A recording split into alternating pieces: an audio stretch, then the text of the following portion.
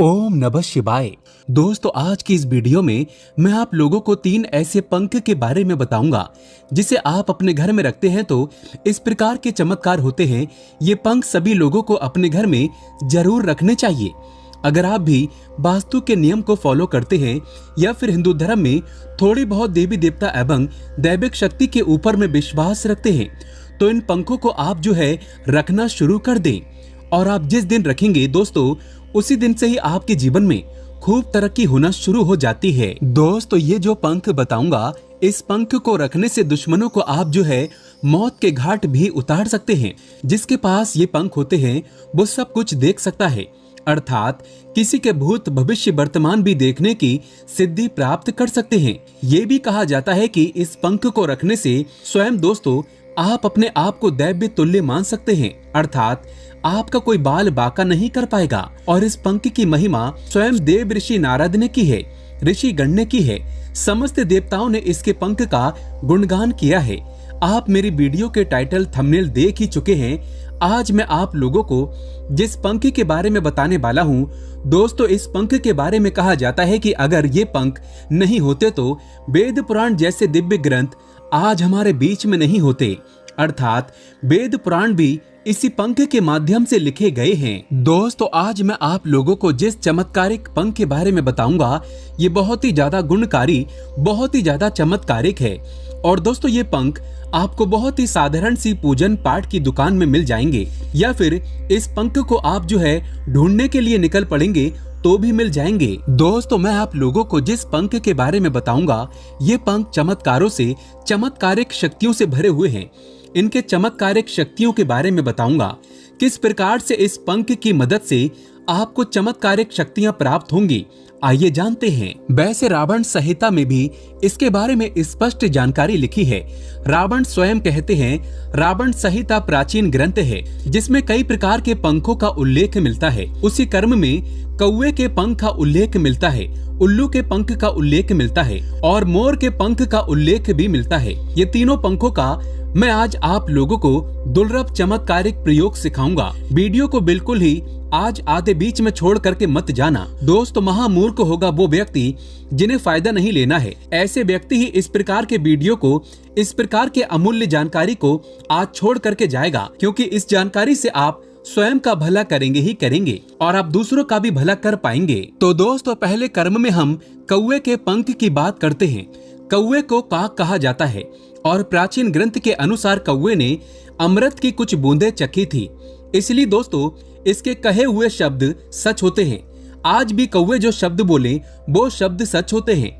घर में मेहमान आने के पूर्व ये हमें मेहमान आने की सूचना देते हैं। और कौवा शनि का प्रिय वाहन भी है और कौवा पितरों का स्वरूप भी माना जाता है, पितरों के प्रतीक माना जाता है। शास्त्रों में भी बताया जाता है कि कौवे को रोटी खिलाने से पितृदोष एवं काल सर्प दोष समाप्त होते हैं एवं धन धान्य की प्राप्ति होती है। कौवे को रोटी खिलाने से शनि देव प्रसन्न होते हैं एवं शनि की पीड़ा भी दूर होती है। दोस्तों, रावण स्वयं कहते हैं कि जो व्यक्ति धनवान बनना चाहते हैं, ऐसे व्यक्ति को शनिवार के दिन कौवे का पंख अपने घर में लाकर के, बिल्कुल ही कौवे के पंख अपने घर में लाकर के, सर्वप्रथम तो कुछ समय के लिए जो कौवे के पंख हैं उसे एक तेल बताऊंगा उसमें डुबाना होता है। इससे ये पंख सीधे होते हैं और इसे घर के कौन से स्थान में रखना होता है वो आपको बताऊंगा। जानकारी बताने से पहले, वीडियो में आगे बढ़ने से पहले, अगर आप भी दोस्तों शनिदेव को दिल से मानते हैं तो कमेंट बॉक्स में जय शनिदेव जरूर लिखना। और हाँ दोस्तों, अगर आप भी इस प्रकार की ज्ञान भरी जानकारी को सीखना चाहते हैं तो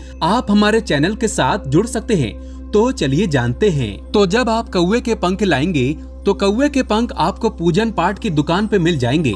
आप किसी भी पूजन पाठ की दुकान से ले आइएगा तो इसे कुछ समय के लिए सरसों के तेल में रखिएगा।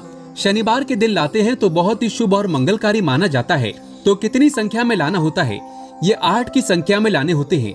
8 कौवे के पंख लाइएगा और इसे लाने के बाद सरसों के तेल में डुबा करके रखिएगा। फिर इसे सुखा करके काले कपड़े में लपेट करके घर के मुख्य द्वार पर आप काली रस्सी से या फिर काले कपड़े से टांग दें। तो आप इस उपाय को जैसे ही घर में करेंगे, इसे टांगेंगे काले कपड़े में बांध करके, तो ऐसे व्यक्ति के घर में साक्षात शनिदेव की कृपा बरसती है। ऐसे व्यक्ति पर शनि हमेशा प्रसन्न रहते हैं। ऐसे व्यक्ति जल्दी धनवान बनते हैं।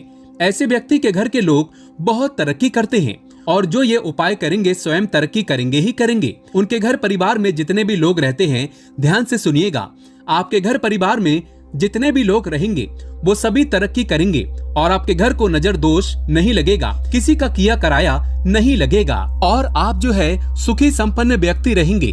आपका घर कवच में बन जाएगा और शनिदेव की साक्षात आपके ऊपर में, आपके घर परिवार के संपूर्ण लोगों के ऊपर में कृपा दृष्टि बनी रहेगी। ये उपाय जरूर करना।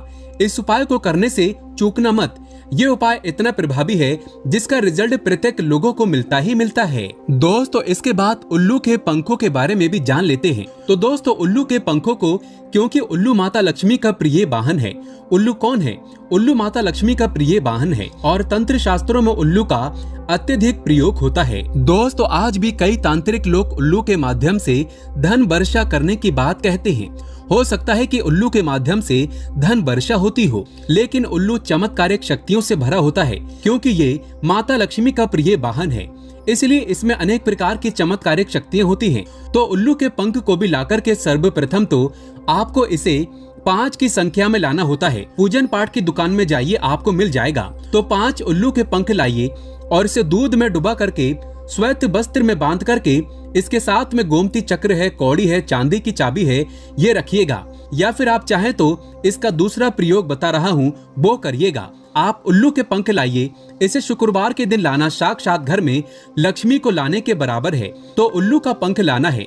उल्लू के पंख को लाते हैं तो इसे गंगा जल से स्नान करा दीजिए और इसमें रोली, तिलक, चंदन जो देवी देवताओं की पूजा करते हैं उसी प्रकार से इनकी पूजा करें माता लक्ष्मी के फोटो के सामने में, और फिर इसे लाल कलर के कपड़े में रखें और लाल कलर के कपड़े में इसके साथ में 5 गोमती चक्र, 5 कौड़ी, चांदी की 1 चाबी, ये आप जो है रखिएगा और 1 रुपए का सिक्का।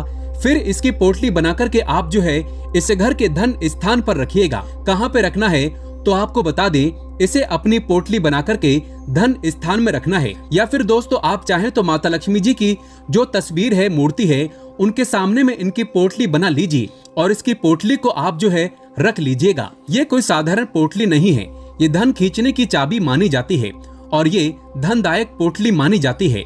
तो आकस्मिक धन प्राप्त करने के लिए, धन आकर्षित करने के लिए इस प्रकार की पोटली आप जो है तैयार कर सकते हैं। दोस्तों आप जानते हैं मोर के पंखों के बारे में। मोर के पंखों के बारे में मैं आप लोगों को अपने चैनल के माध्यम से कई जानकारी बता चुका हूँ।